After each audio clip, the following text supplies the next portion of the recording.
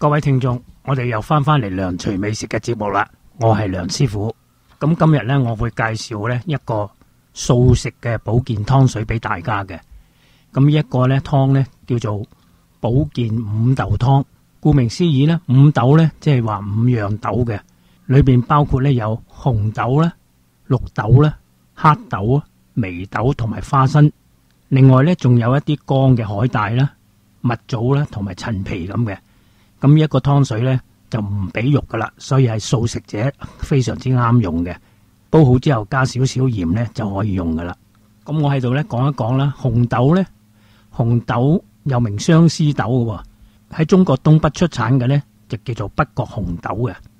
紅豆呢屬於高蛋白質、低脂肪嘅高營養穀類食品，而且含有蛋白質啦、膳食纖維啦、維生素 B 群啦，同埋鉀啊、鈣啊、鐵、磷、砷等等嘅營養素嘅。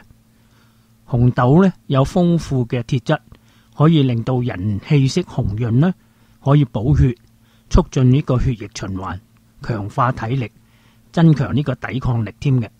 咁綠豆呢，綠豆就具有清除肌膚毒素嘅作用啊，對於肌膚舒緩呢，亦都有特別嘅功效嘅。綠豆嘅藥理作用呢，可以降血脂啦、降膽固醇啦、抗過敏啦、抗菌啊，同埋抗腫瘤嘅，可以增強食慾、補肝護腎嘅添。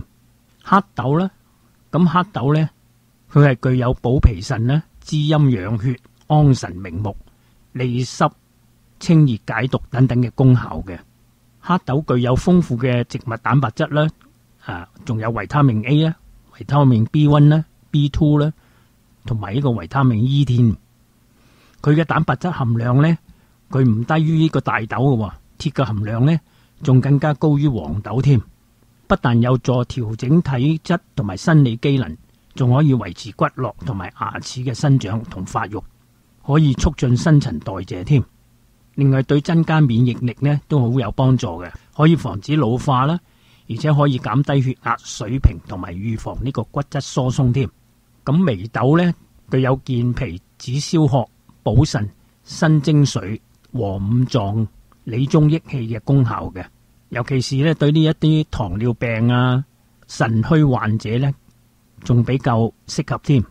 另外一種花生呢，就含有豐富嘅脂肪同蛋白質，而蛋白質中含有人體所必需嘅幾種氨基酸添，所以呢，佢嘅營養價值非常之高嘅。海帶呢係一種大型嘅食用海草嚟嘅，喺日常食品入邊呢，海帶嘅含碘量呢係比較高嘅，有防治缺碘性嘅甲狀腺腫瘤嘅作用啦。另外，海帶對防治動脈硬化啦、高血壓、心臟病、糖尿病、慢性氣管炎呢都有一定嘅作用嘅。而陳皮呢有行氣嘅作用啦，蜜棗呢亦都係益脾胃啦、潤肺啊、強腎補氣同埋活血嘅功能嘅。咁呢個五豆湯嘅材料呢，我講講俾大家聽啦，就係有紅豆、綠豆、黑豆、眉豆、花生，每樣2個安士。乾嘅海帶1個安士，蜜棗呢就3粒，陳皮呢就2片。至於做法方面呢，就係先將呢5種豆呢，先用水嚟浸泡2個鐘頭先，然之後擎乾水佢，再用一個白鑊呢炒乾佢。海帶呢洗過之後呢，浸泡至軟身啦，然之後剪成小塊啦。陳皮同埋蜜棗啊，洗一洗佢就得噶啦。跟住用一個湯煲呢，大約俾12碗水到啦。將所有嘅材料放入去，大火煲滾之後呢，轉為小火，繼續煲多1個鐘頭，最後加少少鹽呢，就可以飲用噶啦。咁一個係非常之有益嘅保健湯水嚟噶。咁今日嘅時間呢，亦都差唔多啦。梁師傅喺度同大家講再見，下次節目時間再見啦，拜拜。